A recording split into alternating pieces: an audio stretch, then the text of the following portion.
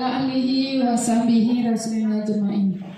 Rabbi shrahli sadri wa yassirli amri wahlul 'uqdatam min lisani yafqahu qawli.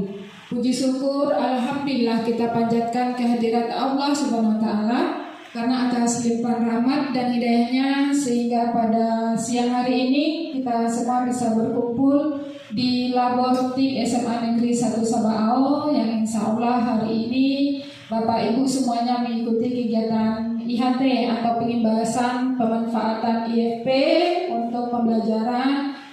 Sekalian juga Bapak Ibu, kita juga bisa menggunakan ruang murid offline. Ya, ruang murid offline artinya tanpa terhubung ke internet. Nah, kemarin kan Bapak Ibu memilih sumber belajar interaktifnya itu kan online ya. Jadi banyak kendala yang kita hadapi terutama untuk daerah atau sekolah yang jaringannya termasuk kurang stabil. Nah, maka dari rapat kami di bulan Oktober kemarin itu juga sudah disampaikan ya perlu juga disediakan perangkat ke depan seperti itu ya, papan tulis untuk ke Pusdatin nantinya. Karena kebetulan saya juga ditugaskan Bapak Ibu terkait masalah penggunaan digital ini. Untuk Kabupaten Siak itu kami ada berdua. Jadi apapun permasalahan-permasalahan lapangannya itu kami menjembatani, menawarkan. Ini sebenarnya mungkin Pak Heri sudah disampaikan dari nenek. Kebetulan nenek itu ke bulan Februari itu kemungkinan tidak jualan lagi. Jadi dia menawarkan.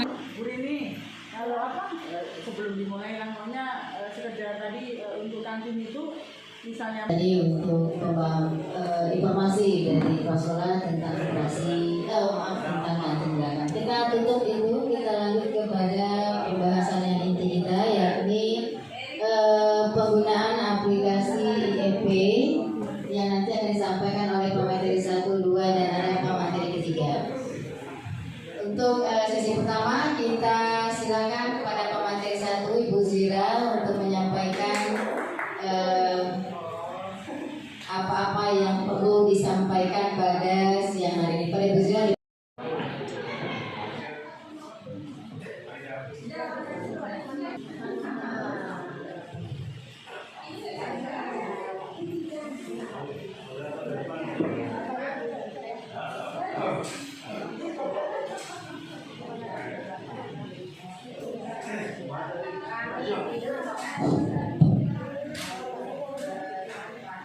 Assalamualaikum warahmatullahi wabarakatuh.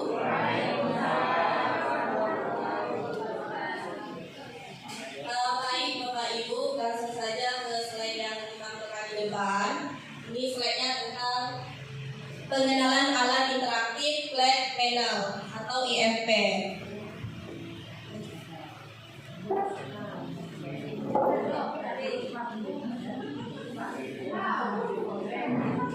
Dan selanjutnya ada tujuan pengenalan alat. Yang pertama adalah memahami fitur utama IFP, mereknya adalah Hisense 75. Kemudian mengetahui cara mengoperasikan perangkat secara dasar. Selanjutnya yaitu menunjukkan potensi pemanfaatan IFP dalam pembelajaran digital di kelas. Kemudian beda IFP dan proyektor yang selalu kita gunakan di kelas. Yang pertama kita lihat dari aspek gambar.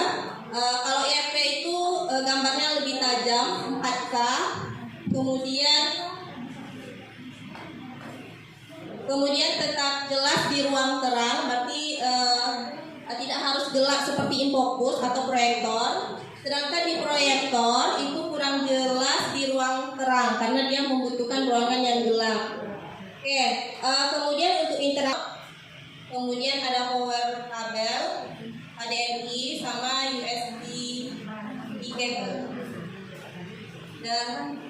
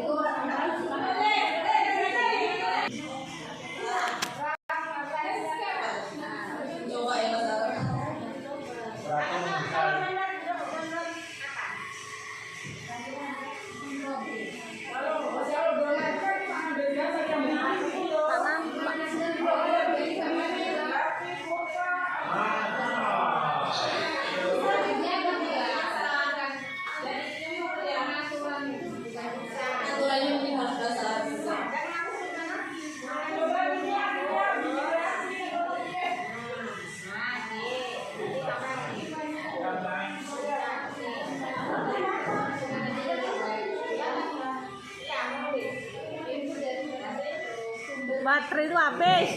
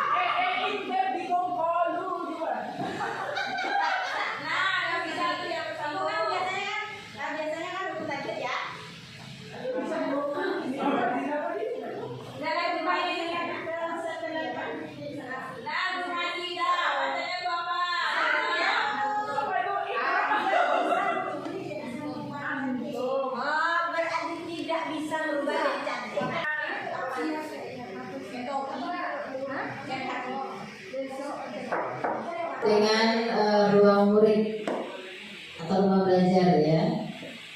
Ini yang akan disampaikan oleh Ibu Dibasi.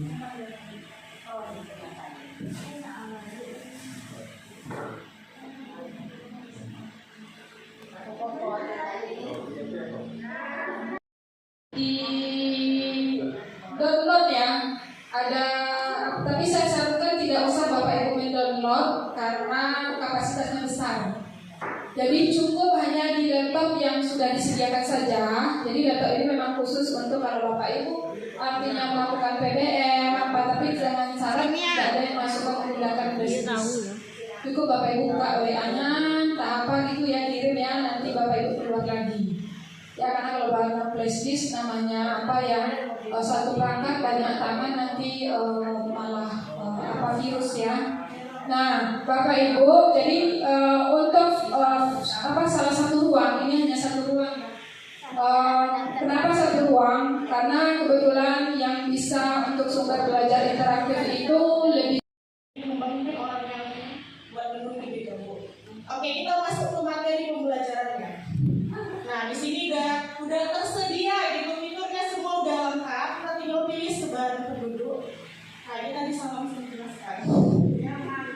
Nah, misalnya sebaran penduduk Indonesia tidak merata dengan sebagian besar penduduk terkonsentrasi di Pulau Jawa, gitu ya. Nah, paling besar memang penduduknya itu ada di Pulau Jawa dibandingkan dengan Sumatera.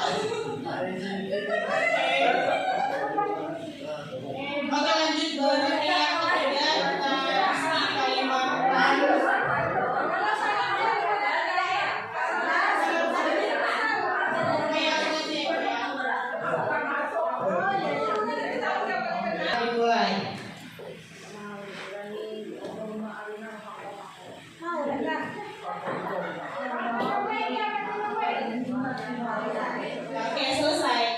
Oke, cukup sekian.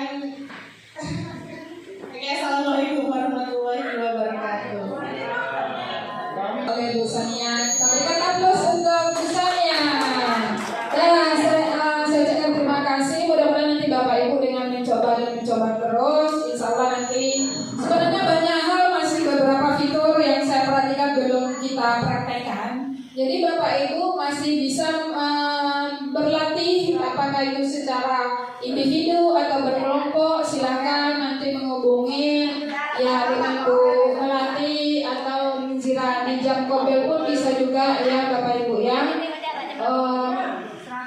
Minimal tentu harus ada fasilitator masing-masing kelompok komen nanti ya, yang mungkin perlu didampingi lagi supaya bisa nanti mendampingi kawan jika ada kendala, karena tadi itu baru hanya dasar, masih banyak beberapa item yang belum kita manfaatkan. Mengingat waktu, saya ucapkan terima kasih. Belum ditutup pembawa acara loh. Rara nih. Saya kembalikan kepada moderator. Assalamualaikum warahmatullahi wabarakatuh.